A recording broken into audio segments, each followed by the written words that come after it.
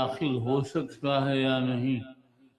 امام ابو حاتم ابن حبان بستی رحمۃ اللہ علیہ کے طرز سے جو انہوں نے کتاب الثقات میں اختیار کیا ہے، معلوم ہوتا ہے کہ وہ قرن بھی اس میں داخل ہے، لیکن محققین اہل علم کہتے ہیں جن بعض روایتوں میں چوتھے قرن کا ذکر آیا ہے وہ کسی راوی کا وہم ہے۔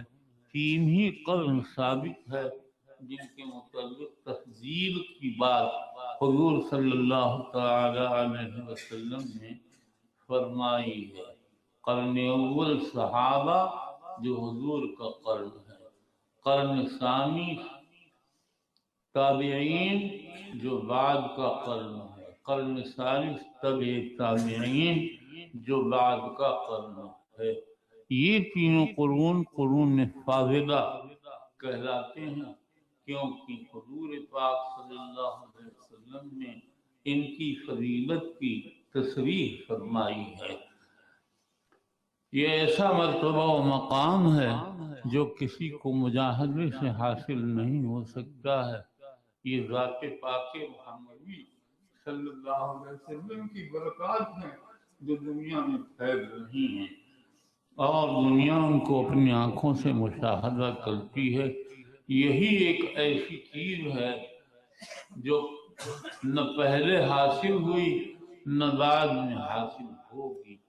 حضور پاک صلی اللہ علیہ وسلم کا ارشاد گرامی ہے، بعثت من خیر قرون بنی آدم قرنا فقرنا حتی کنت من القرن الذی کنت منہ، رواہ البخاری رحمہ اللہ تعالی۔ یعنی جتنے زمانے گزرے ہیں ان سب زمانوں میں سب سے افضل زمانے میں میں مبعوث ہوا ہوں۔ اس کے بعد یہ افضلیت گھٹنی شروع ہو گئی۔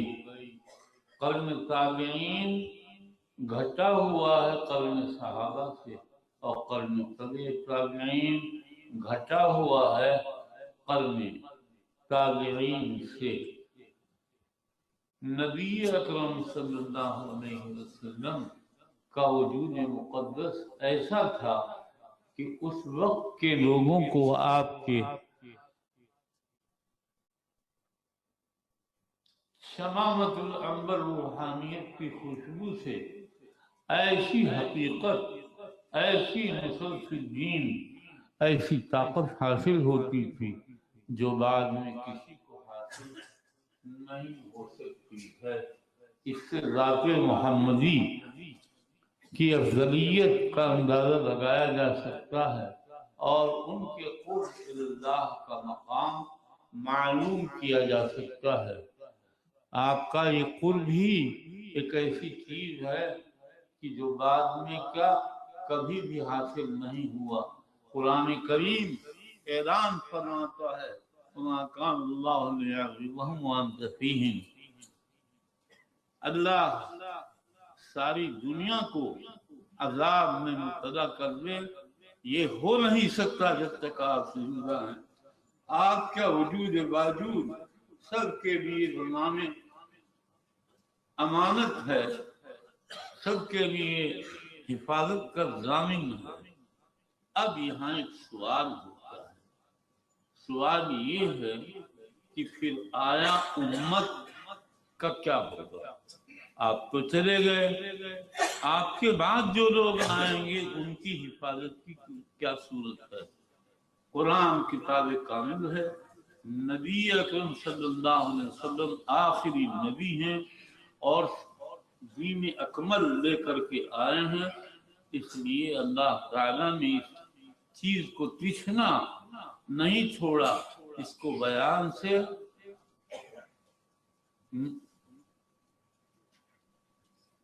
غفلت نہیں، بس اس کے بیان سے اللہ تعالیٰ شانہ نے اعراض نہیں کیا۔ فرمایا وَمَا كَانَ اللَّهُ لِيَعْذِبَهُمْ وَهُمْ مُسْتَغْفِرُونَ۔ اللہ سب مخلوق کو عذاب نہیں دے سکتا اگر سارے لوگ استغفار کریں۔ معلوم ہوا کہ استغفار کرنے سے خداوند عالم سب لوگوں سے بلاؤں کو اٹھا لیتے ہیں، اور اس کی شہادت حضرت یونس علیہ السلام کے امت کے قصے سے معلوم ہوتی ہے۔ عذاب آ گیا، سروں پر منڈلا رہا ہے، امت یونس میدان میں چلی گئی، سر رکھ دیا اور رونے لگے، توبہ کرنے لگے، کیونکہ ساری امت جمع ہو کر کے توبہ کے لیے گئی تھی، وہیں سے اوپر چلا گیا، غائب ہو گیا۔ معلوم ہوا اگر آپ عمومی استغفار کریں گے تو آپ کی بھی حفاظت ہوگی۔ استغفار کی کثرت کیجیے۔ کوئی آدمی اپنے آپ کو استغفار سے مستثنا نہیں کر سکتا ہے۔ یہ تو ایسا گناہ ہے کہ اب کیا کہا جائے۔ ہر انسان کی غفلت میں انسان کو کہاں پہنچایا، اس کو سمجھنے کے لیے یہی کر کے استغفار کو دیکھ لیجیے۔ عمومی استغفار پر تو عذاب کے رفع کا اعلان کیا جا رہا ہے، لیکن اگر عمومی استغفار نہیں پایا جائے گا تو ترک استغفار ہوگا۔ ترک استغفار کیا ہے خود سمجھ سکتے ہیں۔ بلاؤں آئیں گی اور رکیں گی نہیں۔ آپ لوگ اپنا اہتمام کریں، کوئی آدمی بھی استغفار سے غفلت نہ کرے۔ اعراض کرنا تو بہت سخت چیز ہے، غفلت کرنا اور چیز ہے۔ اللہ سے روئیے دھوئیے اور اللہ تعالی شانہ کو راضی کیجیے۔ بغیر رضا حق کے کوئی کام ہوتا نہیں ہے، اس سے غفلت نہ کیجیے۔ محمد الرسول اللہ کی ایک ذات تو ایسی تھی، وہ مجمع صفات نورانیہ تھی، اس کا نور جو پھوٹتا تھا سارے دنیا کے اندر پھیل جاتا تھا، اور اس کی وجہ سے دنیا معطر ہو جاتی تھی۔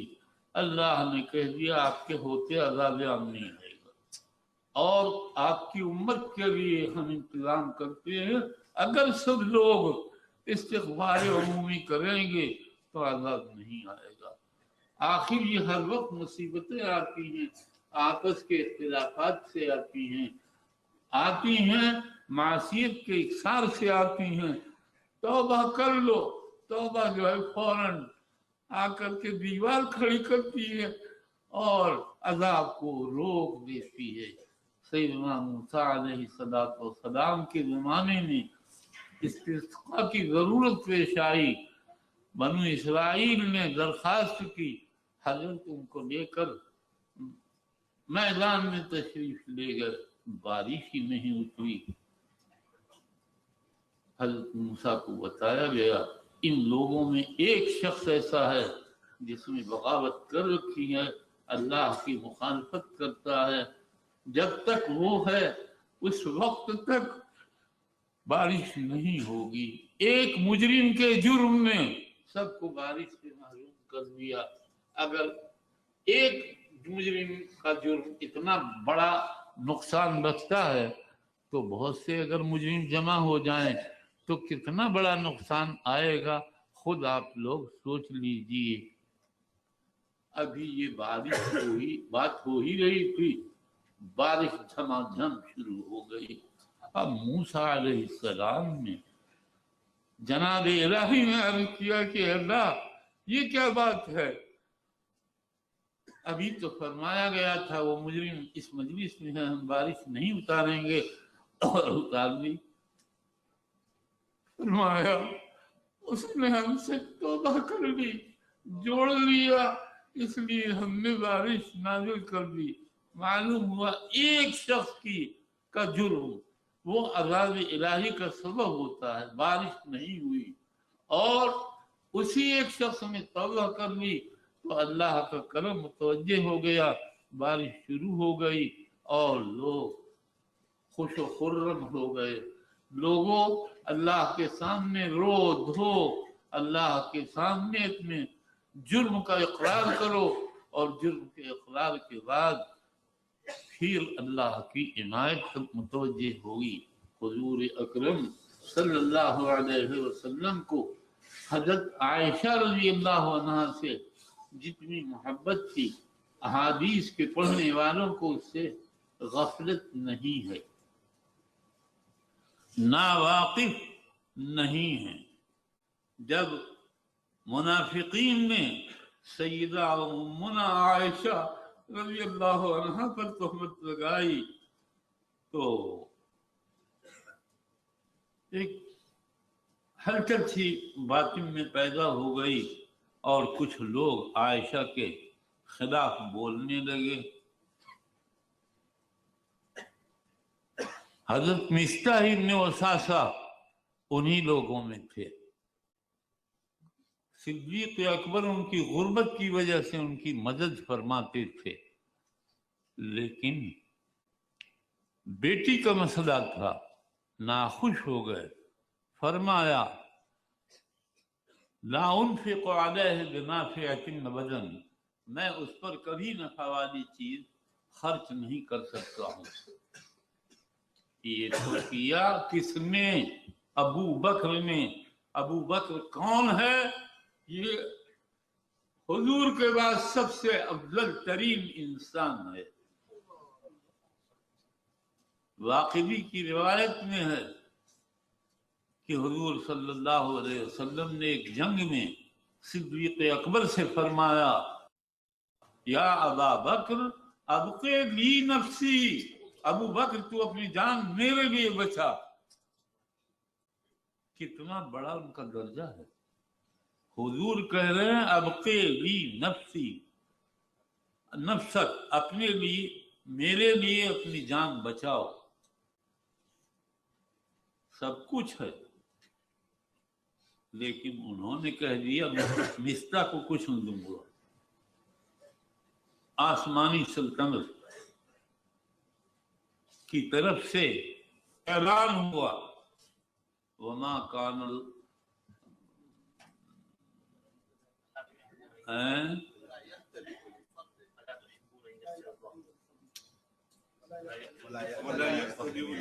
فرمایا ولا يأتل أولو الفضل منكم والسعة أن يؤتوا أولي القربى واليتامى والمساكين ألا تحبون أن يغفر الله لكم۔ بڑے میاں ایک دن سے کہنے لگے بلا أحب أن يغفر الله لي۔ اسی وقت ان کی دنیا میں تبدل آ گیا۔ کہاں تو کہا تھا لا انفعه بشيء ابدا، اور ادھر اب فرما رہے ہیں میں چاہتا ہوں اللہ مجھے معاف کر دے۔ یہ ہے اللہ کی سلطنت۔ اللہ کسی بڑے سے بڑے مجرم کو محروم نہیں رکھتے ہیں۔ اگر وہ توبہ کر لے سب کچھ اس کے معاصی کو دھو دیتے ہیں، صاف کر دیتے ہیں۔ بھائیو، اگر آپ لوگ چاہتے ہیں کہ اللہ آپ سے راضی ہوں تو توبہ استغفار کریں اور اللہ کو اپنی طرف متوجہ کر لیں۔ اللہ کی عنایت اور توجہ بڑی عجیب غریب ہے۔ اپنا ایک قصہ سناتا ہوں بے فائدہ۔ ابھی میں ایک مشکل میں پھنس گیا تو بچوں جیسی باتیں کرنے لگا۔ میں نے کہا اللہ یہ میرے بس کا تو ہے نہیں، تو ہی اس کو جو ہے سنبھال دے، تو اتر آ میری مدد کے لیے۔ یہ جملہ کہ تو اتر آ، یہ بس کانا باتیں ہیں۔ ہو گئی بات۔ اب جو کام میں کرتا اس میں کوئی نہ کوئی رکھنا لگ جاتا۔ چل رہا ہوں ادھر کو، منہ میرا پھیر دیا گیا ادھر کو۔ کہیں بیٹھ رہا ہوں تو اٹھا دیا، کہیں اٹھا دیا، اٹھ رہا ہوں تو بیٹھا دیا۔ یا اللہ میں اب کیا کروں؟ لیکن ٹوٹتے پھوٹتے بات وہیں پہنچ گئی جو میری ضرورت کو پوری کر رہی تھی، اور کام خود بخود بنتا چلا گیا۔ اپنے رب کو مانو، اپنے رب سے گڑ گڑاؤ، ان کے سامنے رو، ان کے سامنے اپنی پیشانی زمین پہ رکھ دو، پھر دیکھو وہ چھوڑ دیں گے تمہیں؟ ایسا نہیں ہوگا۔ ہاں لیکن شرط یہ ہے کہ ایمان و استغفار کا وقت گزر جانے کے بعد نہ ہو۔ استغفار کا وقت ہونا چاہیے۔ وہ کیا ہے؟ مرنے کی گھڑی آنے سے پہلے توبہ کر لی جائے۔ وَلَيْسَتِ التَّوْبَةُ لِلَّذِينَ يَعْمَلُونَ السَّيِّئَاتِ حَتَّى إِذَا حَضَرَ أَحَدَهُمُ الْمَوْتُ قَالَ إِنِّي تُبْتُ الْآنَ وَلَا الَّذِينَ يَمُوتُونَ وَهُمْ كُفَّارٌ۔ ان لوگوں کی توبہ کا کوئی اعتبار نہیں ہے جو گناہ کرتے رہتے ہیں اور جب موت آ جاتی ہے کہتے ہیں استغفر اللہ۔ سمجھ میں آیا؟ ابھی آپ لوگوں کی مہلت کے دن پڑے ہوئے ہیں، جھک جاؤ ان کے سامنے، اپنی پیشانی مٹی پہ ڈال دو۔ جب تمہاری پیشانی عزیز حکیم کے سامنے ذلت کے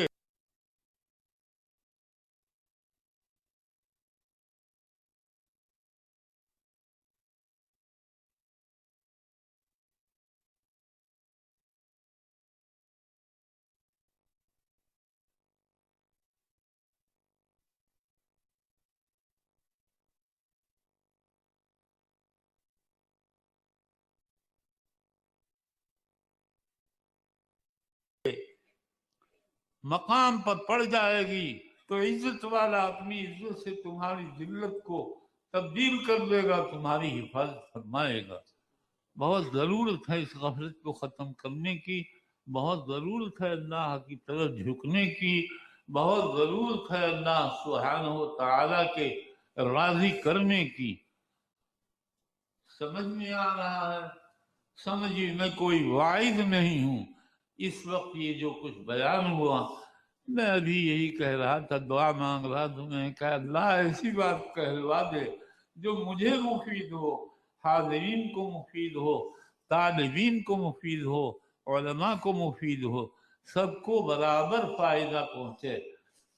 یہ تو وہ استغفار ایسی چیز ہیں کہ سب کے لیے ان کا فائدہ عام ہے، کوئی اس میں تخصیص نہیں ہے۔ تخصیص ہے تو وہ ایک خاص قاعدے کے تحت ہے، عمر بھر گناہ کرتے رہے مرتے وقت کہتے ہیں تو یہ شخص تائب نہیں ہے۔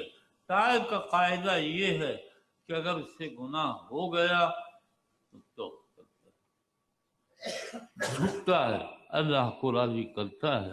آپ لوگ اللہ کو راضی کریں اور اس کو خوش کرنے کی کوشش کریں، وہ بہت جلدی راضی ہو جاتا ہے۔ مجھے ایک واقعہ یاد آیا، حافظ ابن حجر اسقلانی ہمارے چچا میں، کہ آپ کے چچا کہاں سے ہیں؟ علم کی دنیا میں ہمارے چچا ہیں۔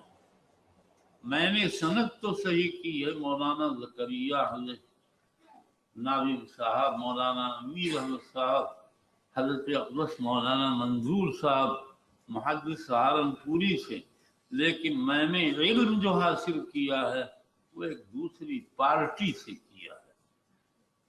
کہ کون ہے وہ پارٹی؟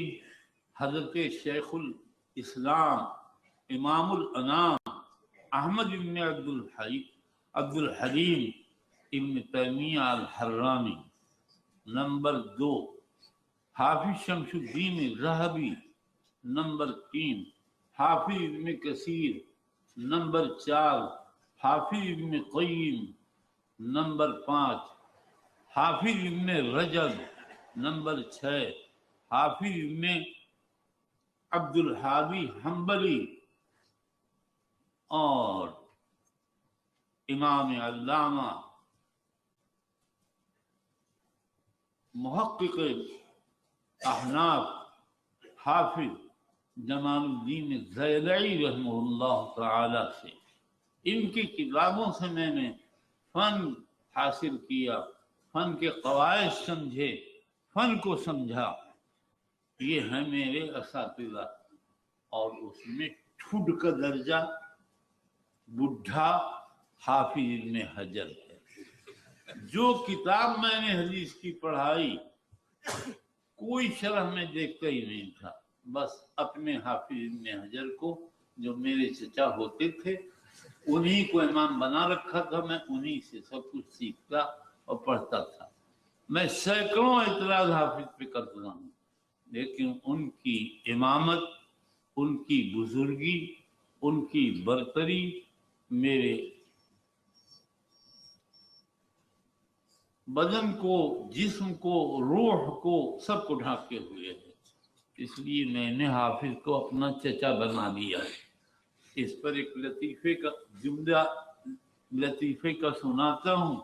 یہ بات میں نے مدینہ طیبہ میں کچھ نوجوانوں کے سامنے کہی، جس میں عاشور اور ان کے دوست کیا ہے اس کا نام، حریوی اور اسی طرح سے عبداللہ توم وغیرہ تھے۔ تو یہ عاشور کہنے لگا فانتم عمنا، جب حافظ آپ کے عم ہیں تو آپ ہمارے عم ہیں۔ اس سے کیا نکلا؟ میں بڑا آدمی ہوں اور کیا نکلا؟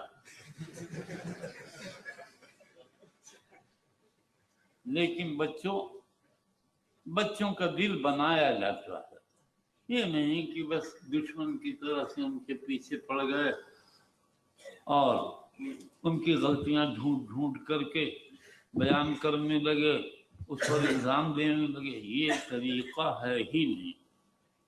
ارے بھائی ڈانٹ لو، مار لو، اس کے بعد انہیں بچوں کے ساتھ باپ جیسی شفقت کرو۔ باپ ہر باپ نہیں میاں، بعض باپ ایسے ہوتے ہیں جو اولاد کو بھینٹ چڑھا دیتے ہیں، ذبح کر دیتے ہیں اپنی غرض کے لیے، 2 روٹی اور 2 بوٹی کے لیے اولاد سے کو سخت تکلیف میں ڈالتے ہیں۔ ایسے باپ نہیں، بلکہ وہ باپ جن کو اپنی اولاد سے شفقت اور تربیت کا تعلق ہے، ایسی چیز اختیار کرو، پھر دیکھو کہ کیا ہوتا ہے۔ ایک بچے سے میں نے پوچھا جو میرا بہت محبوب تھا، میں نے کہا مولوی عبدالقیوم مارتے بھی ہیں؟ تو ہنسا۔ میں نے کہا آخر کیا بات، کسی مکہ مارتے ہیں؟ لیکن آگے وہ بولتا ہے کہ جب لڑکا جانے لگتا ہے گھر دوپہر کو کھانا کھانے، تو اسے ایک ڈلی مٹھائی کی پکڑا دیتے ہیں، بس مست ہو کر چل دیتا ہے۔ ان کو کہو، ڈانٹو، مارو، لیکن ان کو کچھ کھلانا بھی چاہیے۔ کہ آپ کہاں کھلاتے ہیں؟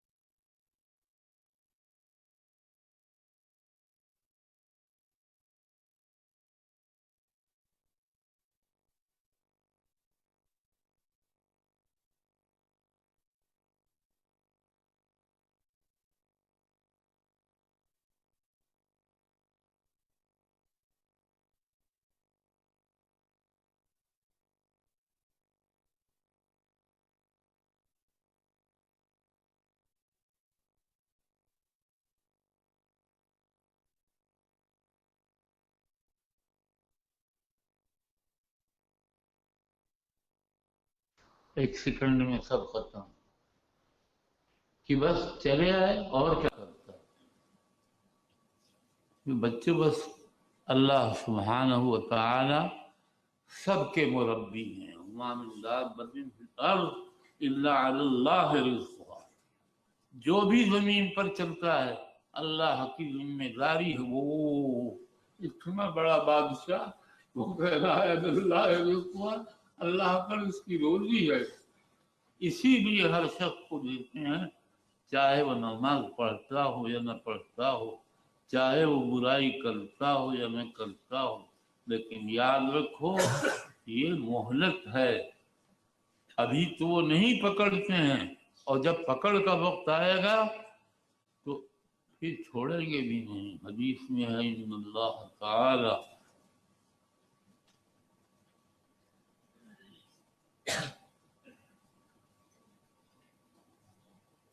یمہل الظالم فَإِذَا أَخَذَهُ لَمْ يُفْلِتْهُ. ظالم کو مہلت دیتے ہیں لیکن جب پکڑ لیتے ہیں پھر نہیں چھوڑتے ہیں. سمجھے؟ پکڑ کا وقت آنے سے پہلے توبہ کر لو، اللہ کو خوش کر لو، پھر دیکھو اللہ کیسے ہیں. اللہ ایسے ہیں کہ ماں ویسی نہیں. بس ماں کو وہ حالت حاصل نہیں جو اللہ کی رحمت والی حالت ہے.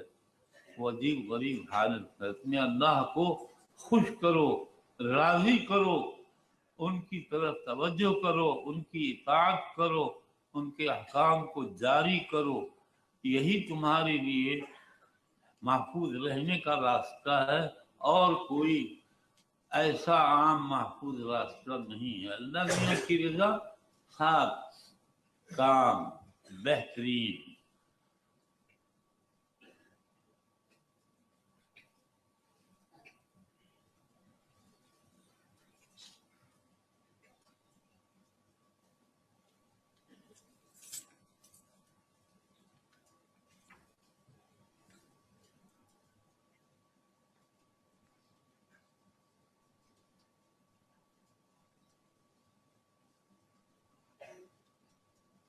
علامہ اقبال نے ایک جگہ لکھا ہے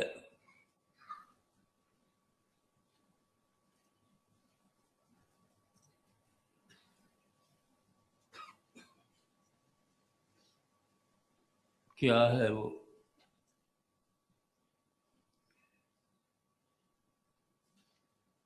نمی گلبی کو تہرشتے معنی رہا کردم، حکایت بود بے پایا بخاموشی ادا کردم.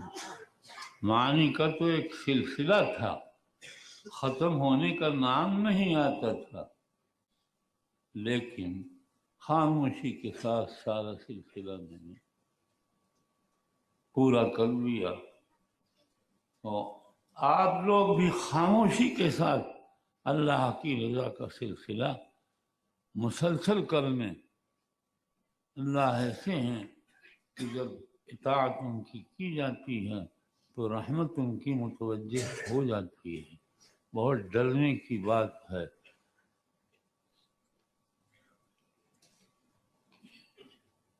اس آدمی نے مدرسے کو پگڑستان بنا دیا تھا. گزشتہ سال میں نے کہا بھائی پگڑی پہننا سنت، جوان سنت نہیں ہے، اس لیے اس پر مزاحمت نہ کی جائے. ضرور ہے نماز کی حالت ادب کی حالت ہے، اس وقت پہن لیجیے.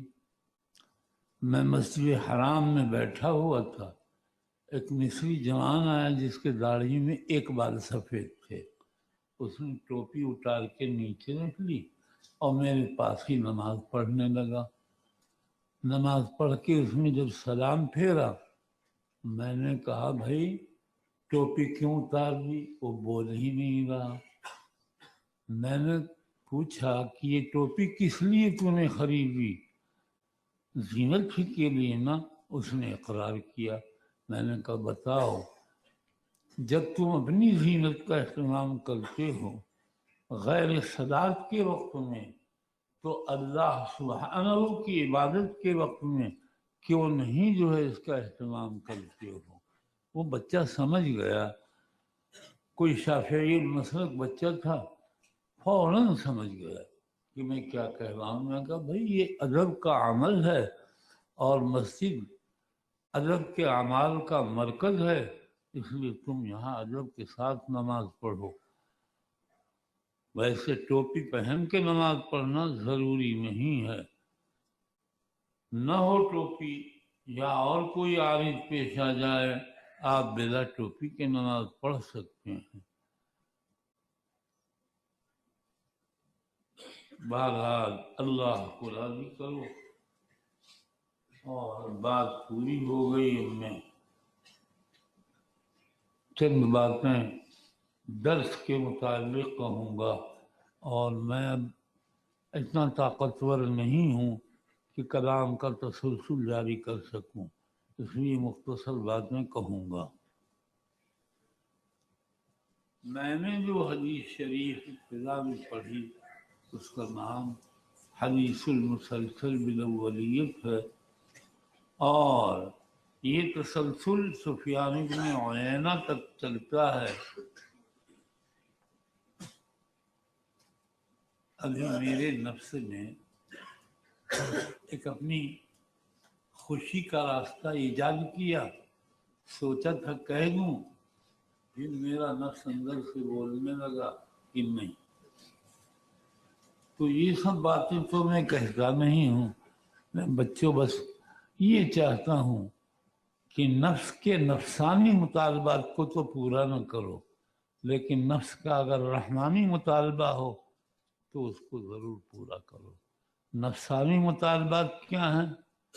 شہوات کے اعمال اور تکبر کے خیالات، اس سے بچو. اور اس سے ہٹ کر کے اگر تم اللہ کی رضا کے اعمال کرو گے، اس کی نیت کرو گے، تو یہ نفسانی مطالبہ نہیں ہے، یہ رحمانی مطالبہ ہے.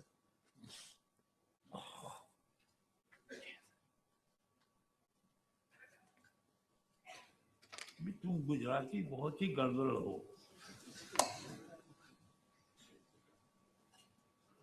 کہ سب گجراتیوں کو کیوں کہہ رہے ہیں؟ سب کو تھوڑے کہہ رہا ہوں. جنہوں نے یہ تیار کیا ہے انہیں کو کہہ رہا ہوں. کہ کس کو؟ عبدالصمد کو.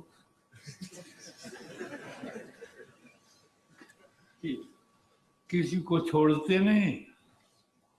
میں اپنی کو بھی نہیں چھوڑتا. بچوں، جب بھی کسی بچے سے کوئی بات کہتا ہوں تو اپنا جائزہ لیتا ہوں میں نے سچ کہا یا نہیں، اور اگر سچ کہا ہے تو واقعے کے مطابق کہا یا اس سے ہٹ کر کہا ہے. یہ سب باتیں میں دیکھتا رہتا ہوں اور خود بھی توبہ کرتا ہوں. حق العباد سے اگر تعلق ہو تو میں بہت پرہیز کرتا ہوں. صرف اپنے چند بچے ہیں زبیر جیسے پاگل جیسے، بس ان کو تو ہر وقت چلاتا رہتا ہوں. جیسے ہل جوتنے والا کوئی اچھا بیل ہو تو اس کو ہر وقت چلاتے ہی رہتا ہے. اب میں کروں کیا؟ یہ زبیر ہے پاگل سا، کہہ رہا میں آپ کو سنبھال لوں گا، اور مجھے ڈر لگتا ہے یہ گرا مجھے. یہ بہت زیادہ اہتمام چاہیے. میرے بدن میں طاقت نہیں ہے بچوں، میں کھڑا پورا نہیں ہو سکتا. 2 منٹ کو کبھی کھڑا ہو سکتا ہوں، لیکن ضروری ہے کہ ادھر ادھر کوئی پکڑے ہوئے ہو، ورنہ تجھے پتہ نہیں کیا ہو جائے گا. تو حدیث مسلسل بالاولیت میں اولیت کا تسلسل ہے، اور یہ ابن عیینہ تک چلتا ہے، جو تبع تابعین میں پڑھتے ہیں اور بہت بڑے حافظ حدیث ہیں، بہت بڑے. امام ابن عیینہ